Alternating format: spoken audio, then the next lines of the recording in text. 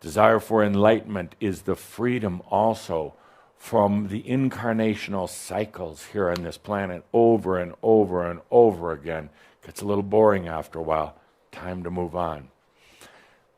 So you chose, or you had this feeling of your own freedom, your own enlightenment. And at some point, you threw the dictators out. You learned about aspectology, and you said, get out, integrate, or whatever. Said, but I'm not going to let you run my reality anymore. You learned, I am, and you started proclaiming this, and it was felt from deep within you. I am that I am. It's my freedom, my sovereignty. We're here in the Freedom series right now. There was a shift that occurred, a change that occurred, a lot of changes actually, over these last few years. But, there are a lot of buts in there. A lot of buts, a lot of worrying, a lot of wondering, what's going to happen? Maybe I'm not doing this right. A lot of going back to things, my friends, that you knew weren't serving you, but yet you went back to them because they were comfortable. Even going back to a certain degree and letting other people, other things, and other aspects run your life. So what happened?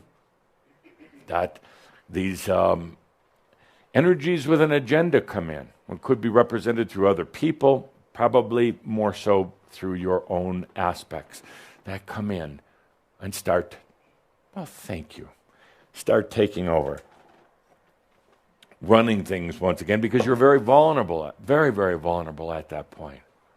But then we get back together on a day like today, get back together, and we say, no more. We're not even going to give yourself 48 hours. You got until 5 o'clock. It's an hour and 20 minutes. That's it. And why not? Egypt is actually a really good external example of what happens when, whether it's a people or a country, whatever, chooses their freedom. And the cycles, the evolutions that you go through, and some of the challenges that you go through. So today, in just a bit, we'll do our major shift. Not a little one, a big one. A big one. But before we do, question for you. Last month we talked about you being bringers of the new energy. It's actually a very impressive title. It's more impressive than even being a general in the army. It's actually more challenging than being a president of a corporation or a country. I would go so far as to say it is probably, if you took a list at the stress level of all the jobs that there are, I'd be at the top. Truly, they'd be at the top. You're not just making little changes, you're making huge changes, and you have to face yourself every day. Toughest thing a human will ever do. They find every reason in the world to fill their day with activities so they don't have to face themselves. You've chosen to face yourself. Toughest thing a human can do. So here you are, bringers of the new energy, whatever you want to call it, the soon-to-be enlightened, the ones who are bringing new energy to this planet, the ones, and Calder's questioning me if I'm just, fluffing you up a little bit. Absolutely not. That's why I said before, I'm surprised you're here. I mean, really, I'm surprised you're still here. I mean, I'm surprised you're still on this planet. It is stressful. It is so challenging. It's not incremental. It's not linear. It's mind-boggling what you're doing. So here you are, bringers of the new energy, liberators of yourself. How's it going? How's it going? And I asked the question, and there's not an Adamus answer to this, because I've already done it. I want you to hear yourselves, and I want others to hear you, because there's so many times where you're doubting, where you're wondering, is this real? Am I doing the right thing? Is this something that, am I just going a little crazy or really crazy? So by sharing and hearing others for a moment, you begin to understand the magnitude of what you're really doing. Yeah, some of you think, well, I'm just mid-level manager. We'll have private session. We'll correct that. But you think, I'm just this. I haven't done anything huge on my resume. No. You aren't just. You are absolutely amazing for what you're doing. You are going through everything. You are going back through everything. Even before you were even on this planet, you're going back through it, rebalancing the energies, releasing and freeing energies in consciousness. What you're going through right now is absolutely unprecedented, and I do wish you'd give yourself credit for it. It has nothing to do with your everyday job. That's just a disguise. It's just a distraction. It's about the movements in consciousness you're making for yourself, but it's affecting this entire planet. Oh, and more than that, it's affecting this entire universe. It's affecting all of creation. So, how's it going? We're going to come back to this time and time again, and I'm going to call you on it during the year, but the fight is over. Whatever it is, health, relationships, self-loathing, self-doubt, food, any sort of addictions, and there are no addictions, it's all mental. Any sort of thing that you're struggling against with yourself, including the why haven't I achieved more in my life. I'm going to throw up if I ever see any of you thinking that, because you're looking at yourself through this little microscopic view. You're looking at yourself. You say, why? Other people have achieved more. Other people haven't come to this planet at one of the most beautiful but challenging times to be an embodied master. Is there anything grander? Well, just another degree is gonna be better than that. A little bit more money, a bigger house? I don't think so.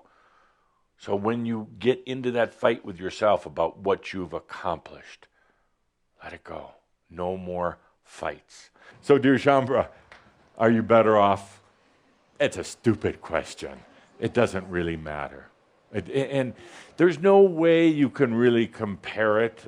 You can try. And I do like the answers. We're getting so much better, Shambra. It doesn't really matter. And compared on what level? Well, on a human level, many of you would say probably not. You may own less. You may have, you don't have a job anymore. A relationship, regular sex, good food, or anything else may not. But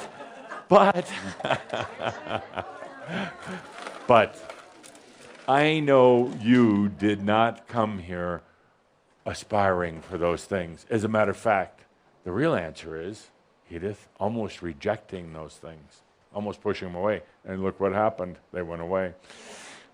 I know you came here for this embodied enlightenment, ascension, whatever you want to call it. And in a way, sorry. Sandra, would you get her some coffee? A foot massage and 2 electrical wires. You came here for embodied enlightenment in what I would call, depending how you looked at it, either an act of desperation, saying, if this doesn't work, well, if this doesn't work, yes, I'm out of here. If it's not this lifetime, there is nothing. There is nothing. So it's all or nothing. You put all of the chips on the table. Everything. Double or nothing. Saying this is it. And a bit crazy, but that's the way you are. Now, the real truth is you already know. You already know. But now you're going for the experience of it. You do know the answers. Now it's the experience. you came into this lifetime saying, this has to be it. Like I said, it can be considered a bit desperate or very bold and courageous, very amazing, breaking out of so many things, the mind, the past, mass consciousness, and still enduring, still sitting here, still existing. Amazing. Let's take a good deep breath with that in our Discovery series. From my perspective and the others of the Crimson Council, it's not so much a matter, are you better off? It's a matter of what's happened with your consciousness, which we can see as your light, which we can see as the expanded nature of your being, as we can see by literally the journeys that you take in your dream state. Are you different than you were 14 years ago? Immensely, immensely. I would like to do a dream walk, if you would write this in for yourself in your brain. We'll do a dream walk, and we'll do it together, or we'll may do it live or recording. I have to check with Linda and Jeffrey. But a dream walk into 14 years ago. We'll try to go back, and you're going to see what it's like to try to go back. And I think you'll see through this dream walk that it's not what you thought it was, and it would be like trying to stuff yourself back in your mother's womb. It's just difficult to do. It's just difficult to go back. And while the mind remembers certain lovely things about the past as well as certain terrible things, the fact is, if you try to bring your consciousness back there, you really can't do it. So we'll give it a try with a dream walk.